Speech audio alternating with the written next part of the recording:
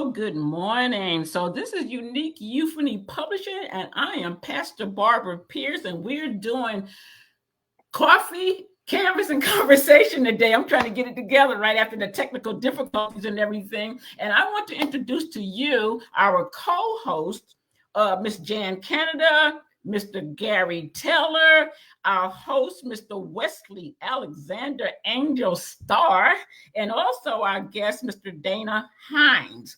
And we'll have another guest that's coming on. Dr. Hildiah Martin-Suggs will be on with Almost Lost in the System. But right now, we're going to start off with something a little different. We're going to start talking about our books today. Okay. So my book is entitled Mama's Little African Violet. And it's just a book of poetry that I decided to write about. You can get that book from me by calling my number 334-220-5799. Okay. And it's also sold on Amazon, right? For $18. Okay. This is beautiful. She is our new Maya Angelou. Okay. I'll take that. Thank you. You're welcome. And going to our next book. I think that is okay. So, all right. So we're just bouncing all over the place today. That's okay. So, Just a Thought by Mr. Eric Watson.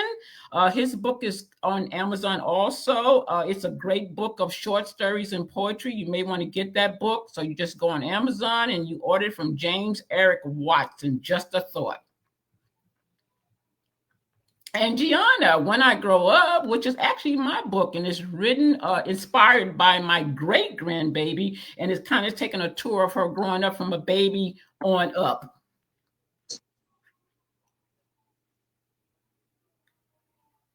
Then we got Food Fight by our little 12-year-old Sasha Smith. She is awesome. This is her second book. Her first book is The Dark, and it's about stranger danger. $18 on Amazon.com, or you can get in contact with her directly on Facebook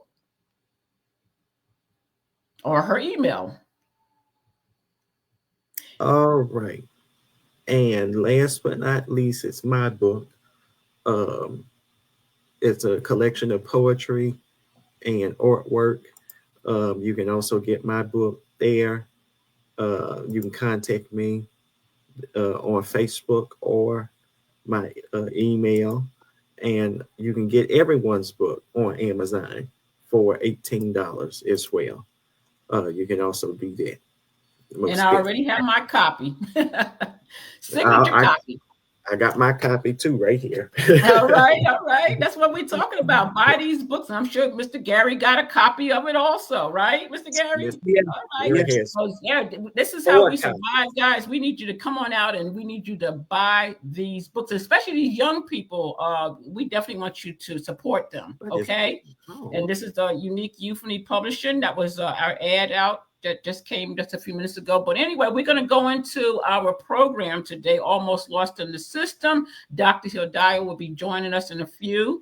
Almost Lost in the System is an organization that Unique Euphony is in partnership with, and it is awesome. And so their mission statement is to provide services that would benefit the youth, boys, and men, okay? And it's also the reason why we joined up with them is because not only that, they work with people with mental health issues and behavior issues, and also the system to how do they say it? The school to prison pipeline, which is one of the big things that we've been on with the NACP, which Miss Hildiah Suggs was the criminal justice chairperson for many years. Okay, so that's one of the reasons why we went to partnership with them, because of the young people. Now we have a guest on here that's has been incarcerated. Am I right? And we're just going to ask him if he would talk a little bit about himself. Yeah, my name is Dana. First of all, I've did time in the system. Got caught up with the wrong crowd, made bad decisions, and had to pay the price for those decisions. But now that I'm a free man, every day I'm striving to be a better person and to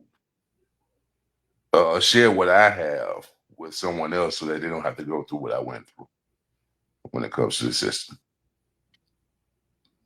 Awesome. So you're I'm gonna start. located where, Dana? I'm sorry, I'm Dr. actually, yeah, I'm located in Jacksonville, Florida. You're right in Florida. Okay, brother. Right next door. I'm in Kissimmee. Okay, yeah. Couple hours. That's awesome. Did anybody have any questions that they want to ask Mr. Hines? I'll start off. Okay. Danny and I have been knowing each other since he was a child. He's actually my brother-in-law from my children's father, my husband. But that's another story. But Dana, I knew him when he was a kid, a little bitty guy. And that wasn't And so long ago, right? no, not that long ago. But I want to start out by saying I always knew Dana had potentials to be a good person, to be a smart guy. But Dana, can you tell us a little bit about, your childhood and what kind of made you go off on that journey, that you... Yeah. I'm originally from Tuskegee, Alabama. First 9 years of my life was spent there. Academically, I wasn't very smart growing up, so I didn't like school. I would do anything that I could do to not go to school. But pressure being picked on by other children and stuff of that nature. Bully. Bully, yeah. It kind of caused me to go off on a whole nother path, a path that my mother didn't raise me. I came up in a single parent home, next to the youngest of 10. So, yeah. So I kind of took that, I would say, the easy road. And I say it's the easy road because when it comes to doing the wrong thing, it really requires no thought. But when we're actually trying to do the right thing, it requires work. It requires thought. So I leaned towards doing the wrong thing because it was easy.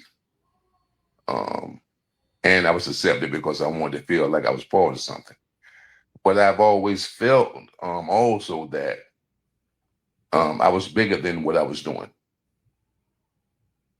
So now here I am. Here it is years later. I'm making that transition. And just like I said, every day describing to be a better man. And hopefully one day be able to work with the youth to keep them from going down the same road that I went down. So how old were you when your mom moved down to Florida, Dana? I was like probably a couple of months shy of being 9. You were 9 years old. Okay. Yeah. All right. Well, I just don't want to stop you for right now, but we have our guest on, my friend, Dr. Hildiah Martin-Suggs. Hey, beautiful. Hey, honey. Hi. That we have been friends for a long time. I was telling them, Doctor, that we've been partners for a long time, Unique Euphony, and Almost Lost in the System, and also that you were my chairperson of criminal justice for the NAACP of the state of Georgia. And so we have done a lot of work when it comes to civil rights and human rights and criminal justice, right? Yes, ma'am. So what we're going to do is go ahead and ask you to introduce yourself and tell a little bit about yourself, and then we're going to dig right into it. Okay. Well, I am Dr. Hildiah Martin-Suggs. I am the founder and the CEO and the president of the all-male organization, Almost Lost in the System, Incorporated. I've been educating and mentoring and advocating and providing services for people in the communities for over 25 years. Also, I launched the organization, so I'm going to be a bit brief. You could check out more because even when people ask me to kind of like condense my bio, I really don't like to read my bio and talk too much about it. I always tell everyone to visit our website at www.almostlostinthesystem.org because I've accomplished so much. And even on the website, my bio is condensed and it's still a lot. So I'll just be brief. I am not only a state of Georgia criminal justice and civil rights leader, a youth advocate and a male advocate, but also on a national level and soon to be on an international level. And the organization was actually created for the youth boys and the young men. But as Ms. Minister Barbara Pierce, she just stated, we've been partners for a very long time. She basically advocates for the girls and the youth, the youth girls and the women. And so we kind of like partner because of that, because she wanted to kind of like mirror the infrastructure that I actually created for the youth boys and the young men. And basically, our mission for the organization is to advocate for the youth boys and the men who are affected in the criminal justice, civil rights, the behavioral health, mental health systems, the school to prison pipeline, and many other systems that's affected with their families, and not just them, but we do help youth girls and young women too. So we don't turn anyone away, even though we created an organization for the youth boys and the young men, because we don't have that many advocates advocating for the male species. So that's why I created the organization. And so the different committees that we do have, and we're in the process of solidifying our very first building. So at this time, we're calling these future departments committees. And for many years, we've called them committees. So it's communications, membership, criminal justice reform.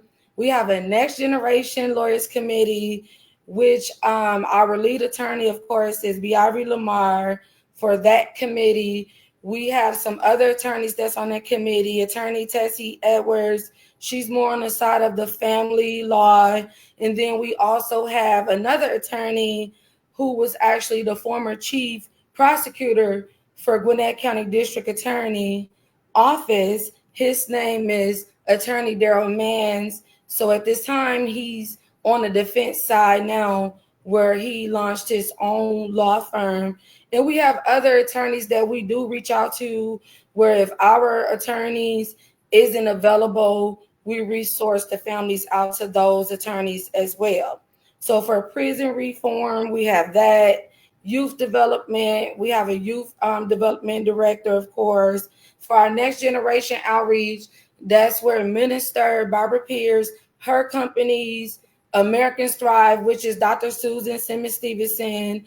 Also with SMASH, we have, of course, Mr. Johan Martin, and we have many more other organizations that I have not mentioned that are partners with our organization that will be actually and have been actually assisting us with the next generation outreach. And then for behavioral health and mental health and also health, we have partnerships with different licensed clinicians, different nurse practitioners, and all of that. So when we do get the building, we have all of these people and their companies on the actual campus who will be able to assist our members and families in the community.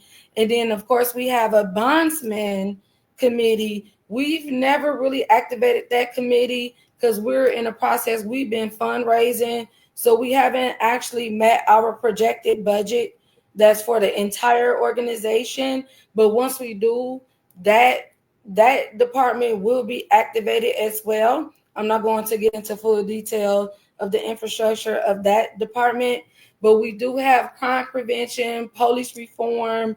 where we are partnered with Clippers and Cops organization. So the CEO and the COO and the members of that organization, we've been partnering with them for many years, of course, where they will be assisting us with those departments, and they have been assisting us when we activate those apartments, when we have forums. And when they have forums, we actually partner and assist their organization as well by participating in their forums and everything. And then we do have a performing arts. We have our filming and production. Our director, Kenyatta Snipes, of course, he's over that department. He has his own production, and he just launched his own TV channel as well, where that'll be live streaming. As of yesterday, I believe it started, if I'm not mistaken. Yada Vision TV as well. So that's just a brief. I haven't even really stated everything and all of that, everybody that's a part, but that's just a brief introduction. Wow, that was awesome. That's a big introduction. Now we have Mr. Dana Hines is on here also with us, and he was talking a little bit, and I was hoping that you were on here first, and then he comes on and talks so you can hear his story. And he was actually talking about him being incarcerated, you know, and how it happened. And I wish that he can probably introduce himself again to you, because he's the person that we are trying to help. Okay. That was almost lost in the system. And so, Mr. Hines, can you reintroduce yourself? And I'm sorry to ask you this again. Yes, all right. Yeah, I'm Dana Hines. I'm 55 years old. 55, originally from Tuskegee. Next to the youngest of 10. My mother moved to Fort Myers, Florida, when I was about 9. Single parent home. She did the best that she could, gave us the rules, told us right from wrong. But because of peer pressure, being bullied and stuff of that nature, I got caught up into doing the wrong thing. Got caught up in the crime, drugs, stuff of that nature. Ended up going to prison a couple of times. And just bad decisions. So now here it is, I'm a free man. I'm striving to be a better man daily. And we kind of want to hear those stories from everybody that goes through almost lost in the system, you know. And I'm thinking that that's what that is our rehabilitation, you know, getting people back out into the system. Am I right, Doctor? Yes, Minister. So where are you located now, Mr. Hines? I'm in Jacksonville, Florida right now. Oh, you in Florida? Yes. Okay, so are you seeking assistance? What are you doing now? How long have you been in society? I'm working on 2 years right now. Okay, I'm proud of you. Yeah, me too. Me too, Dana. I am too. It sounds from your story, Mr. Hines, that what you've been through made you a better person, and you're motivated to be better each day at a time, and you're an inspiration. I can say. Have you thought about, Mr. Hines, I'm sorry, have you thought about like being a mentor to the youth, to the young people? That's a good question. Yes, that's a very good question. Actually, before I was incarcerated, on the last bid, I was part of a group called Mission Revision, and we actually worked with the youth. But, you know, I don't know what actually happened with that organization. But yes, I would love to work with you because I believe that there's too many times that we give up on them. And I had that conversation with a couple of brothers while I was in.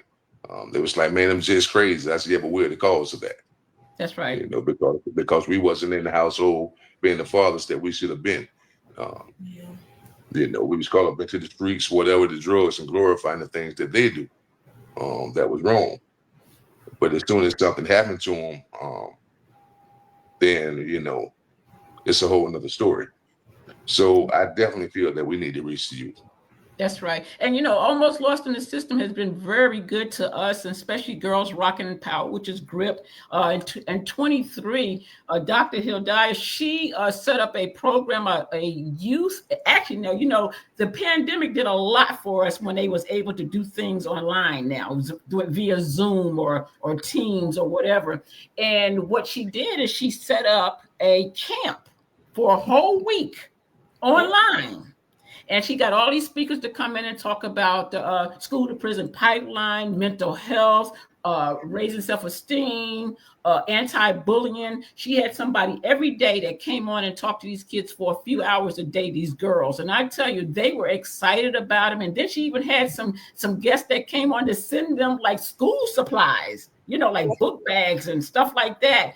And so she was very good at that. And the reason why I asked you that is sometimes we have to plug into these other organizations that are doing this, right? And help them help us, and that's what Almost Lost in the System has been doing with us, is making sure that they support us, help us, and to give us the tools that we need to make our kids productive. So I wanted to say that, Dr. Hildiah, and she's traveled to Columbus many times for us, many times. Yes, and I'm excited, Minister Pierce, because with this new building, when you see the performing arts, I know I shared the video, but I was like a bitty ant inside of there. And I'm like, oh my God, you and the girls is like the first that I thought about. And I'm like, oh my God, when Minister Pierce see this performing arts area for these youth, because I'm 42 years old. I'll be 43 years old. Baby. And so I started performing arts at 7 years old. And before I transitioned into the criminal justice and civil rights field, I was actually in the performing arts. I also was an upcoming female rapper many years ago. I did everything. I starred in a movie before. I starred in stage plays before. I attended college for performing arts and everything. So that was like that was my dream. That was my passion, to become a successful actress, hopefully a successful artist one day. But of course, my son ended up in a situation, and I had to sacrifice my entire life.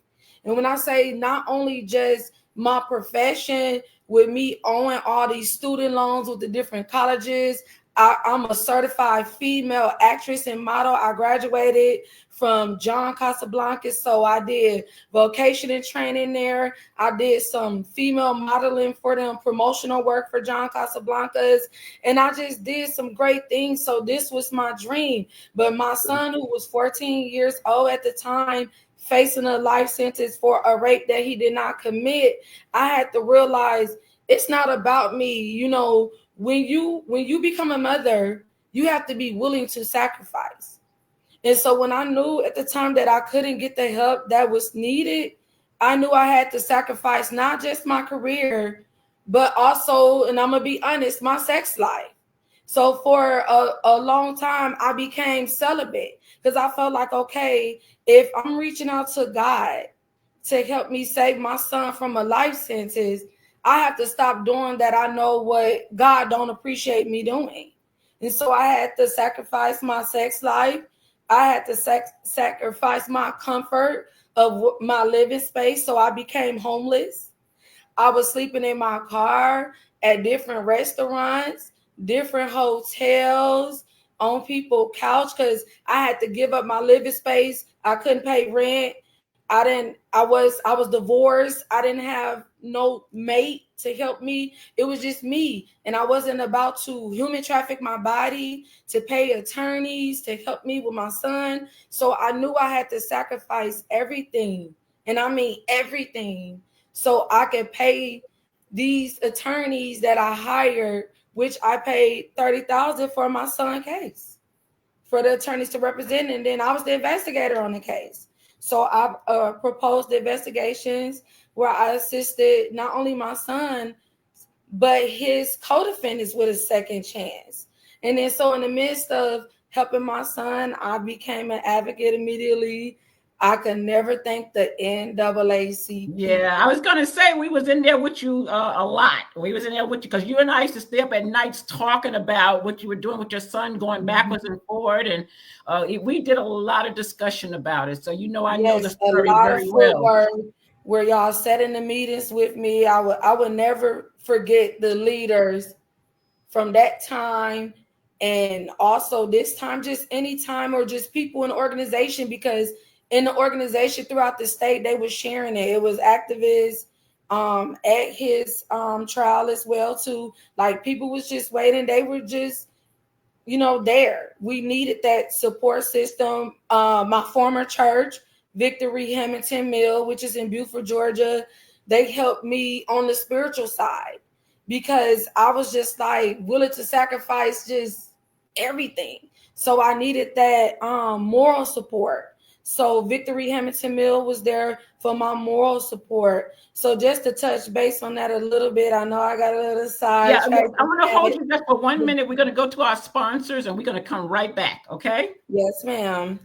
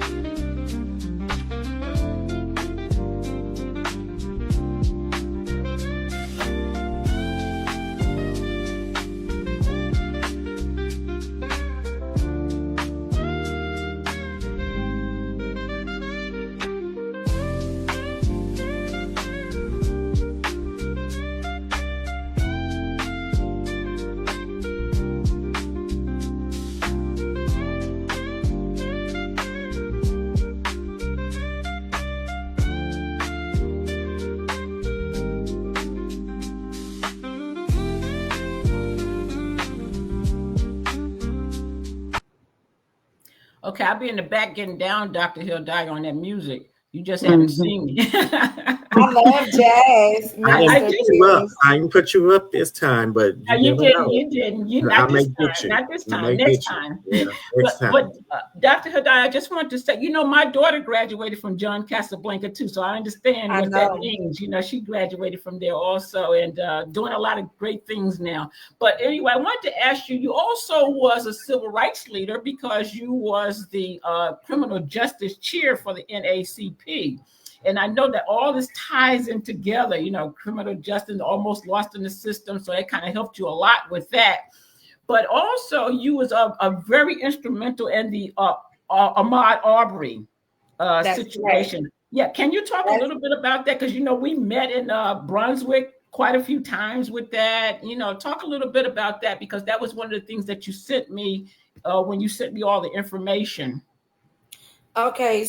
So before the family case, which is AHMAUD ARBERY's family case, got on the news, because I am the former criminal justice state chair for the NAACP for this entire state. I even wrote the criminal justice agenda for the NAACP. That was being, and it still is being pushed on a national level, by the way. So when the Brunswick branch was unable to get assistance and justice for AHMAUD ARBERY, the criminal justice chair and the president actually reached out to state conference. So the family as well, the case didn't get to me yet. What got to me, and I'm going to be honest, was which she is currently my organization board of director, and she's the secretary of our organization now, one of AHMAUD ARBERY's auntie, which is Director Carla Arbery. Yes. So when Miss Thea Wanza Brooks, which is another aunt of AHMAUD ARBERY, and Director Carla Arbery wrote me, Miss Toy Hines, who is the former office, what was she, like an office assistant or something? Yes, she was. The entire state conference. She received a letter from Miss Thea Wanza Brooks and Director Carla Arbery, and she called me immediately. So when she called me immediately, she was reading their letter to me. She told me that the former president, Reverend James Woodall, will be calling me, and we will have a discussion because I specialize in murder cases, by the way, homicide. I'll remember that. I actually work a homicide case with my eyes closed. That's my specialty. I just want to stop you right there, because just in case our guests or our co-hosts don't know who Arbery was, can you just talk a little bit about what happened, how we got to that point? Okay, so Ahmaud Arbery is the young man. I believe he was 25 at the time, Minister Pierce. He was chased down by several Caucasian males who highly profiled him as a criminal, who accused him of breaking into a home that wasn't even really a home yet. They were still building. It was construction. It was crazy. It wasn't even a toilet in there, by the way. So it wasn't ready. They chased him down and killed him, shot him, and he died. And so he did fight for his life. We seen it. The video, one of the defendants actually shared the video and thought it would help him in case it didn't, because that's evidence. So we all seen the evidence, of course, and that's how it started. And so then they reached out to me. I took on the case. I drove down, me, former President Reverend Woodall, Crystal Greer, I believe she was the former communications director, That's right. and then someone from my communications team for the NAACP. Us four drove down there to meet the family. The men were still free. So they were out for probably a little bit over a month. No arrest at all. So we went down there. We spoke to the family, the father's side and the mother's side, because this is my specialty, of course. I told the family everything that these men will be charged with, because this is what I do. So I took it back to the former Gwinnett County District Attorney, Danny Porter. So his entire administration, we worked behind the scenes where he assisted me with this case, because I was working in that office at the time as his special investigator. So I asked him to assist me to get justice. I showed him evidence of videos I had when I was down there, because I kind of like recorded how everything looked from my perspective and told him what the family told me in the whole scenario.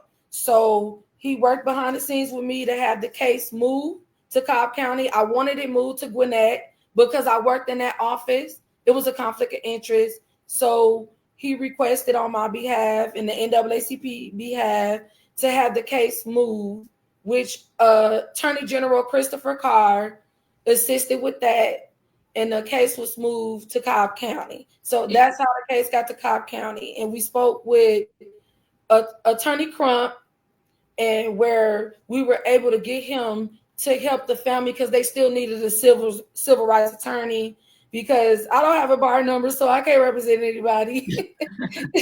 And what was quite interesting at the time is now they're changing the presidents of the NAACP. That's when they changed over from James Woodall to me. And so then I was able to come to Brunswick and join with you. It was an experience of a lifetime. You did amazing. It was amazing. Yes, thank you. But it was amazing because I was able to join up with you guys to see you guys actually do the performance that you did for the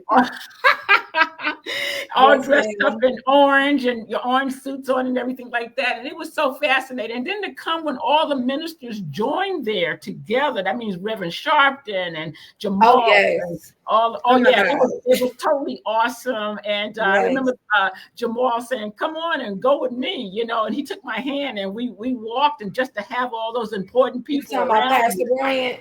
Yes, Jamal Bryant, and just to have all those people around you taking pictures and everything was it was just fantastic and a lifetime experience. I was there when Jesse Jackson actually fell out, and so and just to stand next to Reverend Sharpton, to see all of y'all dressed up. Yes, and we all had our collars on. And I was never amazing. That's the biggest day of my ministerial life. Was that day. So yeah, you did a great job, even though you was dressed in orange for a little while as a prisoner. Yes, ma'am. Thank you. Thank But I still you. have those pictures, and I just wanted you to talk about a little bit about all the stuff that Yes. happened. That's historical. That was a historical It was a moment. historical case. It Yes, still yes, is. Mm-hmm. Because, yes. you know, normally you hear about that. But for me to be living in this day, and I was born in 1983, so I come from a family of civil rights leaders. That's right. So to hear my nana and my aunties and my mom, uncles, and aunts talk about it, I just be like, oh, I don't want to live. I'm glad I wasn't born in y'all days, getting locked up with Dr. Martin Luther King. They were telling us that. And I'm like, I'm glad that wasn't me. And so to just actually be living in this, it was actually kind of scary. Yeah, it was. And it's the second time that I've been through something like this. Of course, when Martin Luther King got killed, I was old enough to experience that because they had the riots in Newark, New Jersey, and I lived in Newark, New Jersey to see that happen. So that was probably the first thing that I went through with, historical moment. But yeah, it was just interesting. I want to ask any of our hosts here, do you have anything that you would like to ask Dr. Hildiah? Anybody have anything they want to add? Dr. Hildiah, there was a similar situation to what you were talking about in Decatur, Alabama. It was involving the police department. They went into a gentleman's house to repo. He was sleeping, sleeping for the night, and they went to his house and they shot and killed him. And are you familiar with that case? I think it happened about 2 years ago, and they had to they had to take legal action on some of the police officers, but this particular police officer got away with the crime he committed. Are you familiar with that case, or in Decatur, Alabama? No, sir. I do apologize, but you say 2 years ago. 2 years ago, I was focused on a lot of cases. There's a lot of stuff that happens in Georgia. So if someone doesn't call me or reach out to my organization or another organization that's affiliated with mine or affiliated with me, I kind of I don't really listen to the news much.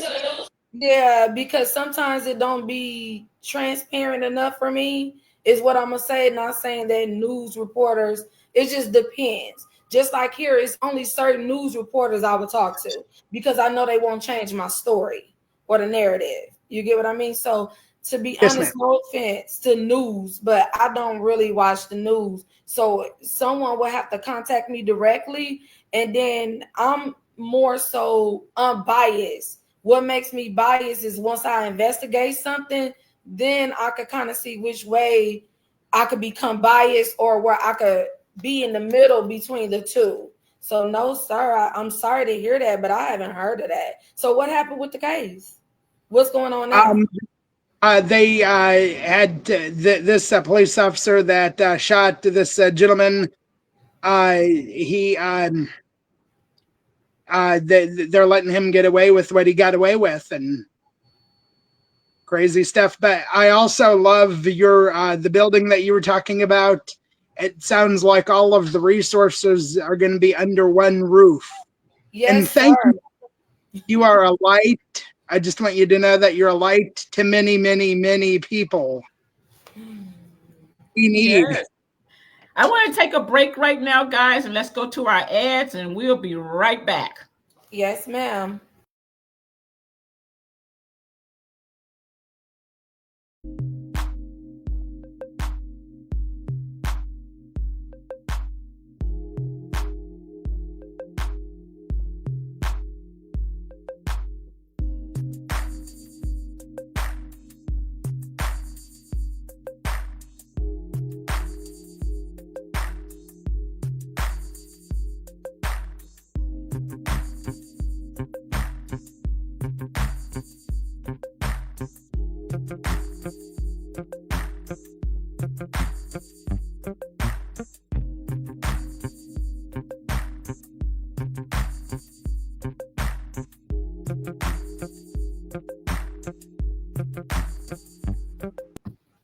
I just wanted to say that Meet the Artist is going on right now in Fort Worth, Texas. And I'm just hoping anybody that's in Fort Worth, Texas can get to it in the next 15 minutes or so. But if not, that is okay. So what we want to do now is talk a little bit more about— Miss Pierce, Yes. Miss Jan has a question. Okay, go ahead, Miss Jan. Okay, so we all know that it's a pleasure meeting you. Let me say that first, Doctor. We all know that the system is set up so that so many young Black men in particular can go into this prison system that they have set up as a business. And people make money off of our young people that go into these prisons and off of us, too, because we try to support them when they're in there. But my question is, the school to prison pipeline, I've heard of it, and I just want, a little bit more details about it, because I feel, when I was in the school system, I'd substitute for years, for the school in my area. And I would see the young men, the little boys, basically. And I think to myself, they've picked out a certain number of those little boys saying 7 out of 10 is going to go to prison. So I'm just trying to get your take on that. How do you feel about those types? Okay, so the FERPA laws is pretty broad, so I'm just going to be brief about it. So I study these laws, right? So we will start from that with the Board of Education with the FERPA laws. So in some of those laws, how it's set up is where the parents give permission where they're over the kids, but if the parents don't know their rights and the laws, they're not going to tell their children they have a right to remain silent. So in those FERPA laws, if something happened, a youth have to speak with their coach, with their counselor, with a teacher, and everything. And then you have to understand, as parents and other leaders who have voted for law enforcement, which is school resource officers, to be inside the school. So I specialize in youthful offenders, right? So where the crimes that's taking place, youth are doing it not only at 13 and 17 years old, but now younger than that. Because it's 2 youth now that they said allegedly committed a rape and an attempt murder, and 18 years old. So now it's even getting younger if that's the case. So with some families that's in the school system, they're afraid of youth committing crimes against their kids. As Minister stated, I'm against bullying, anti-bullying, and she is too. So I've been bullied before too. I've been jumped on many times by groups of girls in gangs where, a gang actually jumped me and initiated me into their gang. But I was never an active gang member, you see? But they almost killed me. I ended up in the hospital, but they injured me internally. You see what I'm saying? So I'm not going to get in detail about that. So there are crimes that's committed, but if a youth did or didn't commit the crime, they're still entitled to, they have a right to remain silent. But if they don't know that, and that's what I educate youth about, and I've educated youth inside of the schools about it, now you're speaking to whatever you say to a teacher or your coach, that could get turned over to law enforcement now.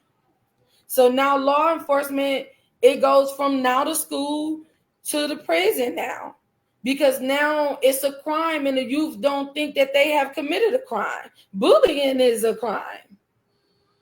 So if a youth admits to, I bullied a kid or I stole something, if you take something from somebody, that's theft. That's a crime. So it's like now you admitted to your teacher, yes, or you not telling your teacher, let me call my mom. So it's not me trying to help the youth cover up for any potential crimes, but I tell every youth, whether they did something or not, you ask the teacher or the principal to call your mother and father. And then I'm going to tell you the bad scenario. Most of the parents is the reason why their kids go to prison from school to prison. That's right. Because now they come in a parent-teacher conference, you done admitted to your mother who's not even understanding because she may be on drugs, she may be anything, not competent to understand the law and the right to tell you, baby, let me get an attorney and see how we need to move forward, or let me get a free consultation. So that's where our organization come into place too. That everything is a potential charge or a case. So we as parents, not just leaders, have to look at life like this now, unfortunately. You know, nobody should be committing crimes or attempting to commit either. But this is life. You get what I mean? This is the society we living in today. So that's my take on school to prison pipeline, where now you trusting your parents. Your parents take you in the office to meet with the principal and say, oh, I spoke to Keisha, or I spoke to Bobby, and Bobby and Keisha said they did this. Then now the principal writing down, they don't even understand. They're working with the school resource officer, which that's what they're supposed to do. That's part of the FERPA laws too. So Dr. Hildiah, I just want to add to that, because, you know, I had a lot of experience of this when I was on the school board. So when I was on the school board and the kids come in because maybe something was found, or a knife or something was found in their lockers or whatever, so they're brought to the tribunal. So what we had to do is decide on what we're going to do with this child. And if you've done something like that, you definitely have to do something with them. So what happens is we may suspend them for 10 days. And in that suspension, because they're latchkey kids, a lot of them were, they go out there in the streets and they get in trouble. The cops arrest them and then they lock them up. That is a true meaning of school to prison pipeline. It's because we don't try to do something within the school system to keep them busy while they're being suspended. Now, Dr. Hud used to have a program, and I forgot, he used to call it Upper Bound or something like that, Rebound or whatever. Is that when we you remember that, right? So when we suspended kids, they would go to him and he would give them things to do, tutoring, homework, and stuff like that, so they could have something to do while they were suspended. But guess what?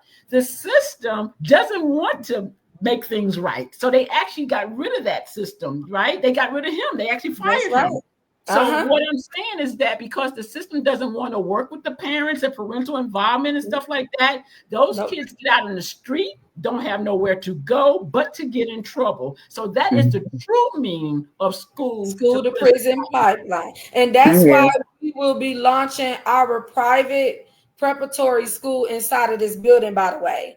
And then not only with, you know, the partners and all of us, we even have any programming where if you've come into the facility, we will kind of like partner where it's being partnered in other counties as well, that the some of the resource partners is doing it right now, where they take their guns from the youth instead of calling the police on them and actually put them in a program. So in our school, it's way deeper.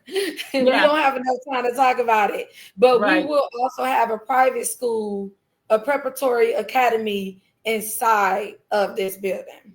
That is totally awesome. I'm going to go around again in a few minutes. I want to see if we show our canvas first, and then we're going to come back and give everybody the opportunity to close. Let's show our canvas. Okay. So let me get it up. Oops. This has been such a great conversation. And I did have a few questions afterward because I didn't. When we come back. Okay, that's fine. But here is our canvas from our wonderful Princess Annie Graham. That's beautiful. I remember her discussing with me that this was about Mother Nature and her wanting to feel one with Mother Nature. So it's a very interesting thing. I think she said she won an award for this one. It may be for the other one, but I think she said she won an award for this specific piece of artwork. So, Princess, I hope you're having fun in Atlanta, and we're so grateful for your wonderful artwork. Most definitely, most definitely. Very good. So that is our canvas. Knows Princess very well. Yes. Yes, she She's in is college so now. precious. She's in college right there in Atlanta. I She's know. going to Georgia. Yeah, that is totally awesome. Hey, listen. I'm proud of her. Yes, now that we're back, we're going to let everybody get the opportunity to close. We're going to start off with our host, Wesley Alexander, Angel Star. Thank you. So I have a couple of questions, Dr. Hildiah. My first question is, I'm a young person. I just turned 20 in August, and I also just became youth president as well this past September. So I have a lot of younger. NAACP? No. I'm not working with NAACP yet, but youth president for who? But in the church. So I just became the youth president in the church. So I've been pushing to work with the young people, for a while as a young person. But one thing, you said your son, I want to ask about him. How's he doing now? And what is he doing now currently? Okay, so far as my son has been released, he's been out for a year, going on 2 years now. The moment he was released, he actually graduated from one of Atlanta's top heavy equipment schools, which is Halliburton. So he actually have his certificates and diploma in heavy equipment for construction. And so, yes, that's good. And how old is he now? He's 24. Oh, that's really good to hear that he's doing well. And he's still trying to lock in a position in that career field, so he do other work until because that industry go up and down. Right. And something else you said as also a professional journalist, and me and Miss Pierce and Gary, we have that background. Something else you said about the transparency, especially in the day and time we live in the media industry, it's just a mess. Every time I hear a story now, I know here in Texas, it was a national story. Just this past spring, there was a young man by Carmelo Anthony who stabbed a twin boy on the track field in Plano or Frisco, somewhere up there in Collin County. I follow that story. Yes. And as a journalist and as somebody in that age bracket too, close in age with both of the young men, when I first heard, between our local stations and how they were reporting on it, and then also me having my own network and listening to different things and listening to my sources, I heard too many different things on the first day. And having an investigative journalist background, I said something doesn't sound right. And then eventually when the whole story came out, it came out that this young black man was defending himself. So, but still the media did not, give us a transparent report on that. So I do agree with you on that. I really wish that these media organizations aren't a part of the propaganda machine, but unfortunately they just are. And that's why your name again? Wesley. Mr. Wesley. Yes. Okay, so President Wesley. I'm not going to get into full detail about stand your ground laws, but what I would say, depending on taking the circumstances, I created an entire second chance program for the youth. Okay, right. So depending on the nature of the case and the circumstances and the youth background, everyone deserves a second chance. I don't have his full discovery, but based on, like you said, if you listen to the news, I started following it immediately when people tagged me in it. And so with that being said, I heard different stories. I heard that he brought a knife. So depending on how prosecution disposition this case along with defense, I'm going to just speak pertaining to the law. If you bringing a weapon with you and a knife is considered a weapon, right? Whatever object you use to harm somebody, that's considered a weapon. So even in the previous, from my understanding, I heard they were friends. He was consistently getting into it with him. I don't know how true it is, but taking the circumstances with that, if it's any of that true, that doesn't mean he don't deserve a second chance, and that don't mean that the victim deserves to die. So That's if you have a knife and you get into a fight with somebody and you don't try to contact law enforcement, or you shouldn't be carrying that type of weapon, you're underage, first of all. That's really not a stand your ground law.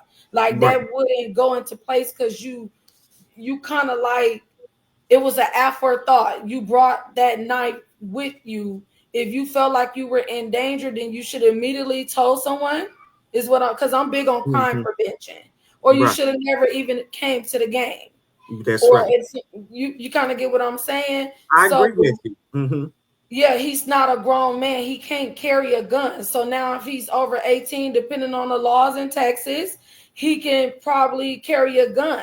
That if immediately this guy would attack him and he shot him, that's self-defense. Because now he's an immediate threat. You kind of understand where I'm going with this. But to actually bring a weapon with you when you are 16, 17, 13, 14, 15 years old, yeah, that's a problem. You thinking about it. Yeah, that's a problem. Well, hopefully he get his second chance. I agree with that, and I like we have a little bit more time. I know you probably have something else, but let's go back around. Okay, let's go. Gary, you have anything you want to ask? No, not to ask, but I do have a comment. Back when I was growing up in my younger day, people that used to youth that used to commit crimes, they would after they'd get caught for their crime, they would go they'd have to do community service, have to work for a nonprofit organization that they did cleanup for whatever yard work, and that made them better people, and it made them rethink their crime. And I just want to say thank you once again to our guests for coming on today. You all are amazing, and thank you for what you're doing. I know that a lot of people that get lost in the system need a voice, and you all are that voice. So thank you. You're welcome. Very good. Miss Canada? I just want to thank you for coming and sharing. This is good information to know that you are out there trying to help people, and we need a lot of help. People need help. So, and that's why it's going to take all of us. I can't do it by myself. That's right. Thank you for your hard work. Thank you. Yes, ma'am. Mr. Hines? Yeah, I have something. Doug, you spoke on mental health. Yes, sir. And that's something that's needed, not just in society, but also in the prison system. Yes, because sir. from my experience, I went in as a young man. I went in one way and came out worse than what I was. Yeah. Wow. Right. Because I wasn't gonna let anyone take advantage of me. That was my thinking. Okay. So it would turn you into a person that you're not. It would turn you into a monster. So mental health is something that's a must. Okay. Coming up out of the system. And even growing up in what we call the ghetto, the hood, whatever you want to call it. So that's we're here for you. Whatever you need, you can reach out to us after this. So make sure you get our information, and whatever assistance you need, we will assist you. And if we can't directly, we will resource you to someone that can help you. Okay. I won't ask you any questions on this live, but everything, all partners, everyone, they don't disclose any information. Everything is private. We have policies and procedures. I do not play that. Okay. So you can reach out to me so we can get you the help or provide whatever services that you need. Okay. Okay, I appreciate it. Okay, we're gonna thank you so much, Mr. Hines. We're gonna go to our announcements, and then we're gonna come back and close. Okay. Yes. And then Minister Pierce, and before we close, I would like to mention the 5 ways that anyone can donate to. Okay, when we come back, we definitely want to do that. I was going to ask you that when we came back in closing. Okay. Yes, ma'am. All right, let's get started. Miss Pierce, yep. Oh, Okay. Yep. All right, computer. Okay. Magazine is first. Okay. We're going all over the place, but magazine. There we go. Well, the magazine is first, and Gary and I have partnered up with that, and he's helping me with the magazine. So we'll have that done soon. We're not going to put a date on that. We're actually changing some things to make it a company to community, not only just art, because everything is art. So yeah, we're working on that now. We'll keep you updated.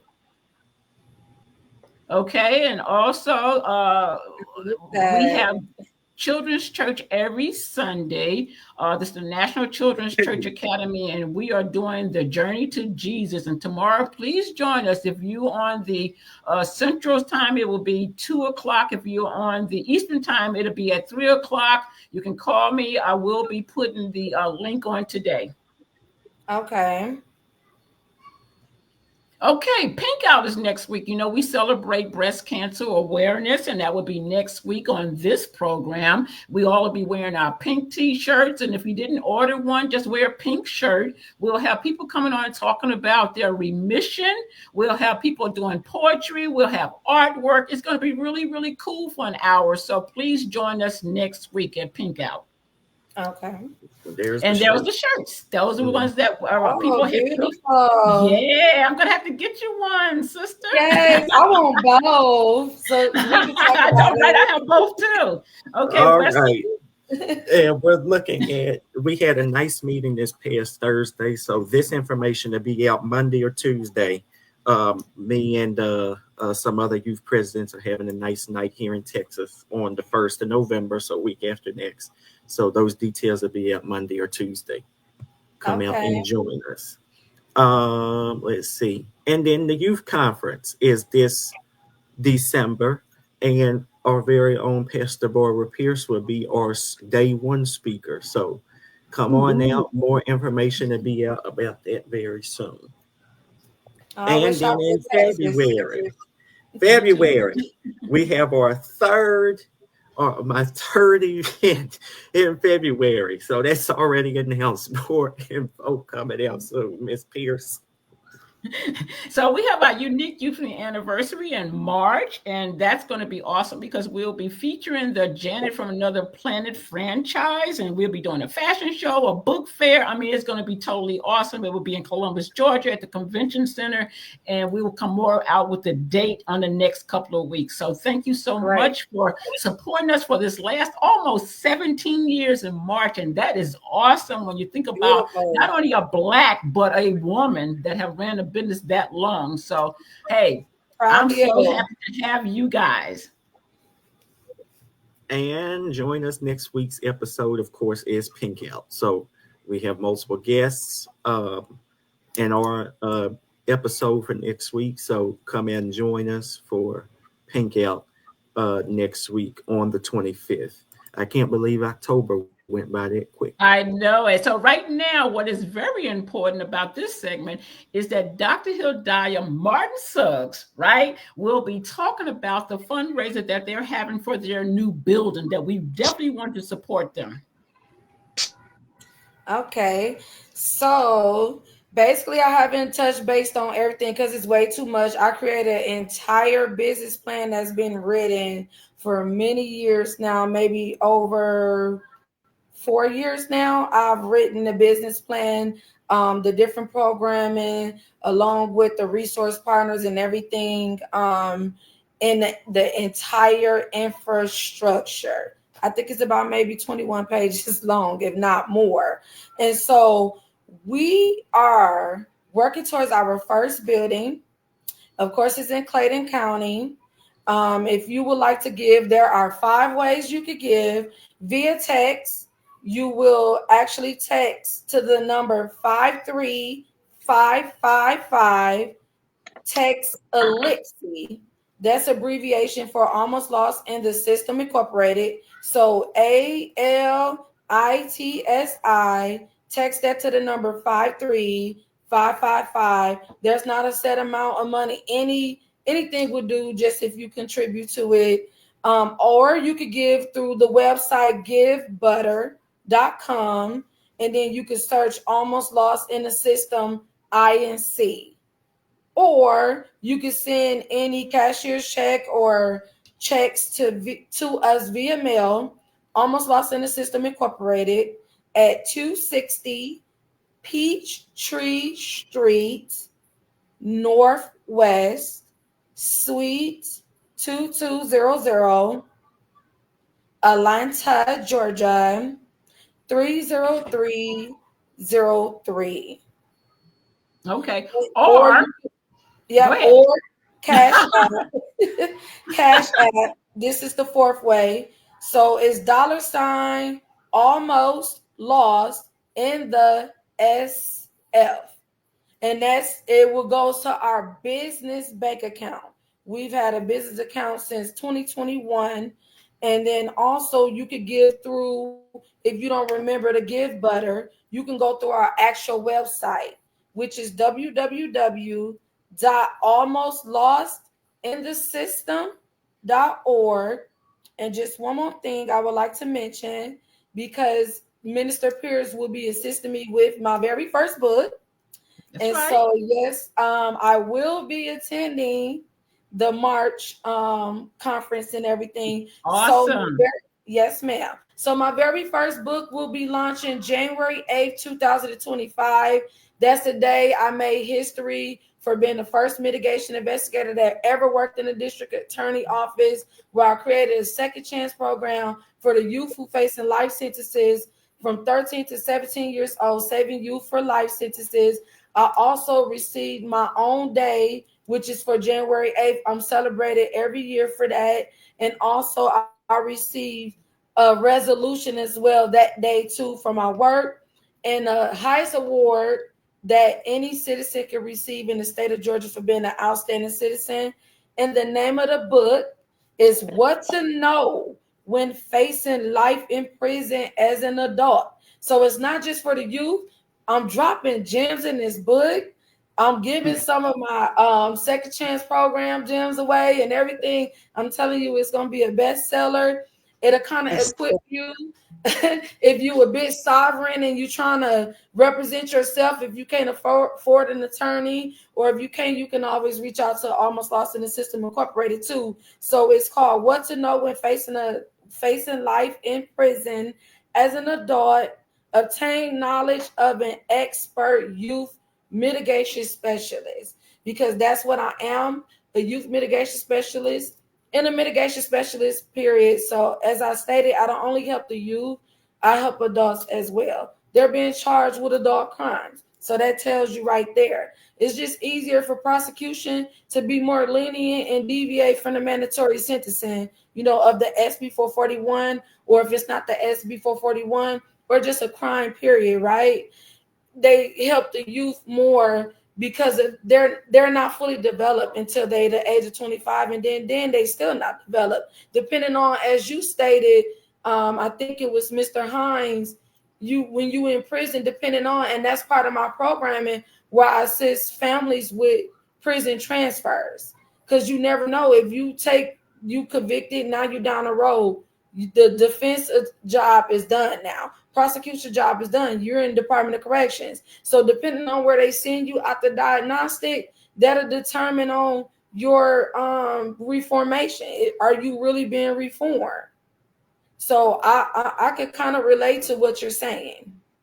So that's it. That's all I have to say. Well, that's very good. So I'm just going to go ahead. I had wrote all my notes down and everything. And I just want to go ahead, if I finish it with this commentary, is that lost in the system is lost in the justice system. It also can be referred to feeling disconnected from the legal process due to factors like administrative errors, a lack of legal representation, or some systematic issues such as racial disparities and court backlogs. This can result into wrongful detention, unfair sentencing, or being unable to navigate the complex of legal maze. While many cases are resolved, individuals may feel like a statistic, especially if they are poor, mentally ill, or a victim. I want to just end with that, and I want to thank all our co-host, and especially thanks to Dr. Hildiah Martin-Suggs and Mr. Dana Hines. You guys have been fantastic, and we're going to go ahead on and share this. And we want everybody to share, because everybody has different friends, whether they're Facebook or Instagram or YouTube or whatever. So we want you to share. We want everybody to know about this. And if you have those monies and you didn't write down the information, just give me a call. I'll make sure you get whatever the website or Dr. Hildiah's connections or whatever, so that they can get the money in their business account. Okay. Yes, ma'am. Thank you guys so much. Have the community. Thanks, Dana. Thanks, Dr. Hill. All right, everybody. Thanks, Dr. Welcome anytime. Reach out to us if you need any assistance, okay? And thank you, Minister Pierce. You're welcome. Thank you. Love you. And see you guys later. Bye. I love you.